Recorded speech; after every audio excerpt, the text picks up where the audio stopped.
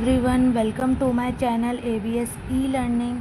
तो आज जैसे कि हम देख सकते हैं कि मैं लेकर आई हूँ क्लास 11th की जो बुक है अंतरा, उसका चैप्टर नंबर 1। हिंदी की जो बुक है अंतरा, उसका चैप्टर नंबर 1 विच इज़ ईदगाह, जिसको प्रेमचंद जी ने लिखा है। तो केवल आज मैंने लिख रखा ओवरव्यू दूंगी केवल इस चैप्टर का। तो चलिए स्टार्ट करते हैं। देखिए, इस चैप्टर को प्रेमचंद जी ने लिखा है। एक्चुअली ये जो ईदगाह चैप्टर है, ये चैप्टर हमारे जो मुसलमान भाई बहन हैं उनके लिए है, ये मॉमडन्स के लिए है सारे। एक्चुअली जब जो मुसलमान रोज़ा रखते हैं तो वो लोग अपना व्रत तोड़ते हैं, है ना, मस्जिद में जाके प्रार्थना करते हैं, तो वहाँ पे वो लोग मिलते हैं, तो उसको हम ईदगाह बोलते। ईदगाह इज़ जस्ट लाइक अ मेला।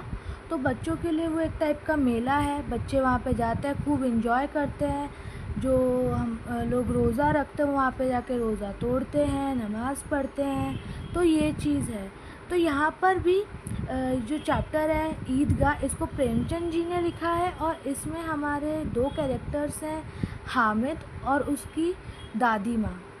तो यहाँ पे क्या होता है कि हामिद अपनी बूढ़ी दादी माँ के साथ रहता है, क्योंकि उसके पेरेंट्स बचपन में ही चले जाते हैं, उनकी मृत्यु हो जाती है।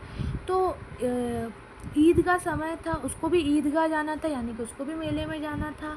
तो इसलिए उसकी दादी माँ ने, बहुत गरीब थे, उनके पास बिल्कुल पैसा नहीं था एकदम भी, तो उसकी दादी माँ ने उसको 3 पैसे दिए। उस ज़माने में 3 पैसे बहुत होते, लेकिन 3 पैसे सफिशेंट नहीं होते थे कि वो सब कुछ खरीद सके। तो उसको 3 पैसे दिए कि कुछ बेटा वहाँ जाके मेले में जाके कुछ खा लेना, कुछ मिठाई ले लेना, कुछ झूला झूल लेना। तो सब बच्चे करते हैं, तो हामिद भी अपने दोस्तों के साथ चल दिया मेले में, क्योंकि ईदगाह यानी कि मेला, उसको मेले में जाना था, तो वो अपने सभी दोस्तों के साथ मेला देखने के लिए चला गया। ये देखिए, तो यहाँ पे क्या होता है, अब हामिद अपने सभी दोस्तों के साथ जाता है जब, तो उसको उन सब दोस्तों को रास्ते में बहुत कुछ दिखते हैं। एक कॉलेज दिखता है जहाँ पे सब लड़के लड़की जा रहे होते हैं पढ़ने, ठीक है। तो वहाँ पे वो लोग कॉलेज पर बातचीत करते हैं, उनको एक अदालत दिखती है रास्ते में, उनको वहाँ पे वकील दिखते हैं। तो सब दोस्त आपस में बातचीत कर रहे होते हैं इन सब चीज़ों के बारे में जो उनको रास्ते में दिखता है। फिर वो थोड़ा आगे जाते हैं और फाइनली वो देखते हैं कि भीड़ इकट्ठी होने लग रही है, यानी कि अब ईदगाह ज़्यादा दूर नहीं है, पास में ही, यानी कि मेले तक वो पहुंच चुके हैं। और अब वो फाइनली क्या होता है, वो इस मेले में पहुंच जाते हैं जहाँ पे, जिसलिए वो लोग सब घर से निकले थे एंजॉय करने के लिए। सभी दोस्त वहाँ पे पहुँच जाते हैं। तो मेले में जाने के बाद वहाँ पे बहुत सारे झूले वूले होते हैं, बहुत सारी मिठाइयों की दुकान होती है, खिलौनों की दुकान होती है। तो सब दोस्त उसके जो हैं बारी बारी से ये सब जगह पे जाते हैं। सबसे पहले वो सब लोग कहाँ जाते हैं, वो सब लोग जाते हैं झूला झूलने, जो कि वहाँ पे मेन चीज़ है। वो सब झूला झूलते हैं, इस टाइप के झूले वहाँ पे होते हैं, तो सब झूला झूलते हैं, लेकिन क्योंकि सबके पास काफ़ी पैसे होते हैं कि वो झूला झूल सके।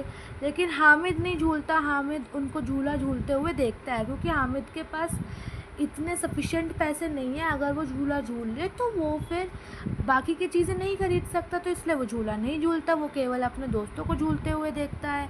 और फिर वो उसके सारे दोस्त झूला झूलने के बाद एक मिठाई की दुकान में जाते हैं, ठीक है। तो वहाँ से वो लोग मिठाइयाँ खाते हैं, काफ़ी सारे स्वीट्स, उसके दोस्त रेवड़ी खाते हैं, कुछ गुलाब जामुन, अलग अलग तरीके की, कुछ जलेबी, अलग अलग तरीके की सब मिठाइयाँ खाते हैं। पर हामिद तब भी शांत खड़ा रहता है, वो कुछ नहीं लेता है, क्योंकि अगर वो सोचता है कि अगर वो मिठाई खाने में पैसे खर्च कर देगा तो वो और कुछ नहीं कर पाएगा। तो वो केवल उनको मिठाई खाते हुए देखता है, पर वो उनके साथ मिठाई नहीं खाता। अब उसके दोस्त, जो कि मेन चीज़ है बच्चों की, खिलौने, वो खिलौने लेने जाते हैं।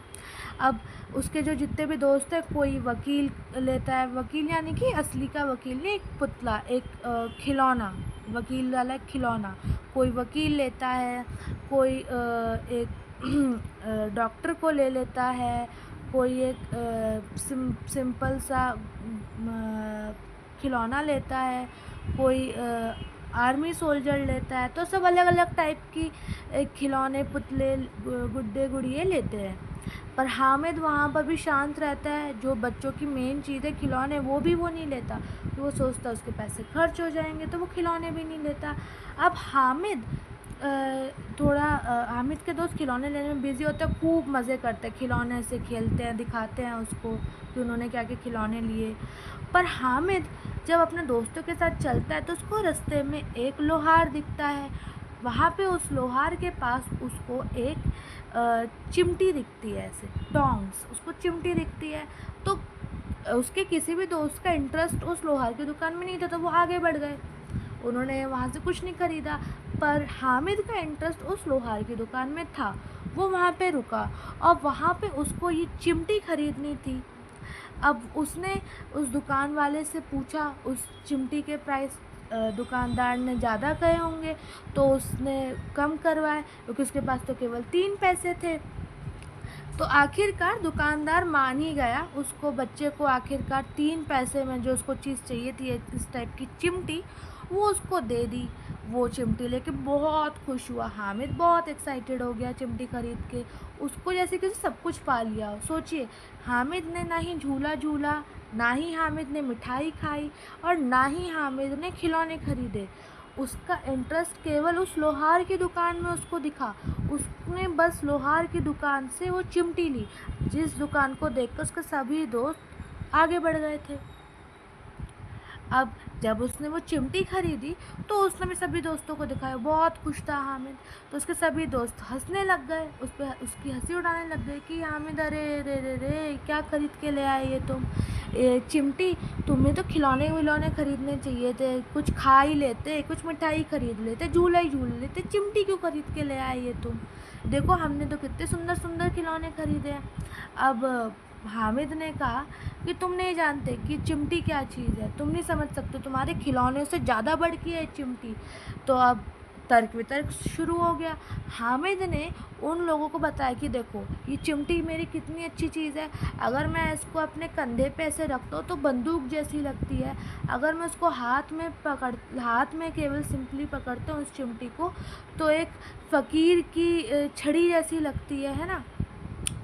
तो इसके बहुत सारे फ़ायदे हैं, ये तुम्हारे खिलौनों से लड़ सकता है, तुम्हारे खिलौनों को तोड़ सकता है, तुम्हारे खिलौने टूट सकते हैं। अगर तुम लोग मेरी चिमटी से लड़ोगे तो तुम सबके खिलौने टूट जाएंगे, क्योंकि ये चिमटी तुम्हारे खिलौनों से ज़्यादा शक्तिशाली है। तो अब हामिद जो है तर्क देने लग गया कि क्यों उसे चिमटी ख़रीदी, चिमटी के क्या फ़ायदे हैं, सबको बताने लग गया अपने दोस्तों को कि चिमटी कितनी अच्छी चीज़ है जो उसने ख़रीदी है। अब सभी दोस्त जो हैं फिर मानने लग गए कि भाई हाँ, हामिद ने जो चिमटी ख़रीदी वही सबसे यूनिक है। तो सभी दोस्तों को ये लगने लग गया कि भाई हमारे खिलौने तो इसके सामने कम पड़ गए। अब आगे क्या होता है, सभी बच्चे खुशी खुशी अपने घर चले जाते हैं खिलौने लेके, और वो जो खिलौने होते हैं वो उनके रास्ते में टूट जाते हैं, पर उसकी चिमटी नहीं टूटती। आखिरकार वो घर पहुंच जाता है हामिद और अपनी दादी माँ को दिखाता है कि ये देखो दादी माँ, मैं क्या लाया हूँ।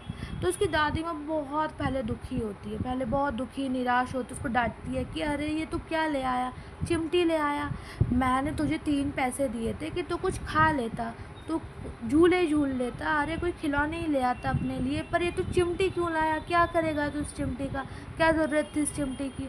तो दादी माँ बहुत गुस्सा हुई, दुखी हो गई, पैसे भी खर्च हो गए तो चिमटी ले आया। फिर बाद में हामिद थोड़ा इमोशनल होते हुए, थोड़ा रोते हुए बोला कि दादी माँ, मैं ये चिमटी केवल आपके लिए लाया हूँ, क्योंकि जब आप मेरे लिए रोटियाँ बनाती थी ना, तो मैं देखता था कि आपके हाथ जल जाते थे मेरे लिए रोटी बनाते समय, आप रोटियों को पकड़ नहीं पाती थी, तो इसीलिए मैं चिमटी लाया कि ताकि आपके हाथ कभी ना जले। अब आप इस चिमटी से ही इन रोटियों को पकड़ना ताकि आपके हाथ नहीं जलेंगे। तो ये सुनकर दादी माँ बहुत बोलते नहीं भावुक हो गई। वो बहुत ज़्यादा ये सोचने लगी, इतनी खुश हुई कि मेरा पोता जो है वो मेरे लिए चिमटी लेकर आया। मतलब सोचिए, उस मेले में उसने अपने लिए कुछ नहीं खरीदा, उसको केवल और केवल अपनी दादी माँ का जो दुख था, जो कष्ट था, वो पीड़ा थी, केवल उसको वही याद रही, और इसीलिए उसने अपनी दादी माँ के लिए वो टोंग्स खरीदे, वो चिमटी खरीदी, और उसकी दादी माँ ने उसको प्यार से गले लगाया और उसको प्यार किया और फिर ये कहानी ख़त्म होती है। तो यही केवल इस स्टोरी की एक छोटी सी समरी कह सकते हो, आप ओवरव्यू कह सकते हो है। अब इसकी मैं लाइन बाय लाइन एक्सप्लेनेशन पूरी दूंगी आपको नेक्स्ट वीडियो में।